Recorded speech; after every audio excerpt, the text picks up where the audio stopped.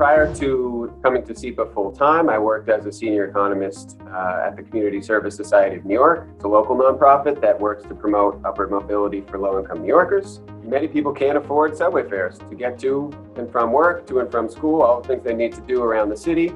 Sometimes that's when you have no choice but to, quote unquote, jump the turnstile, which is being heavily policed as a crime of poverty. This is a pretty well understood reality in communities of color, especially Black communities across the city of New York, where there's a long history of heavy-handed, aggressive policing of nonviolent crime.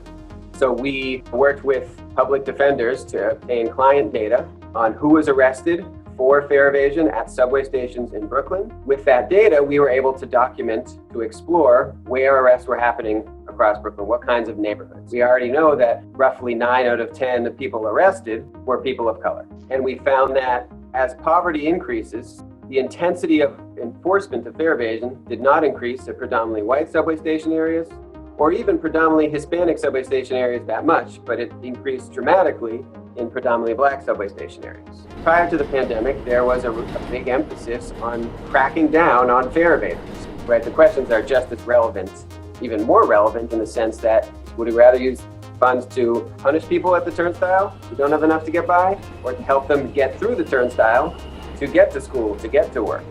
We're not trying to necessarily tell a news story about the challenges that people in these communities face getting to work, getting to school, but we were trying to sort of tell the story of these communities in a different way that might reach policymakers, elected officials to mobilize for change.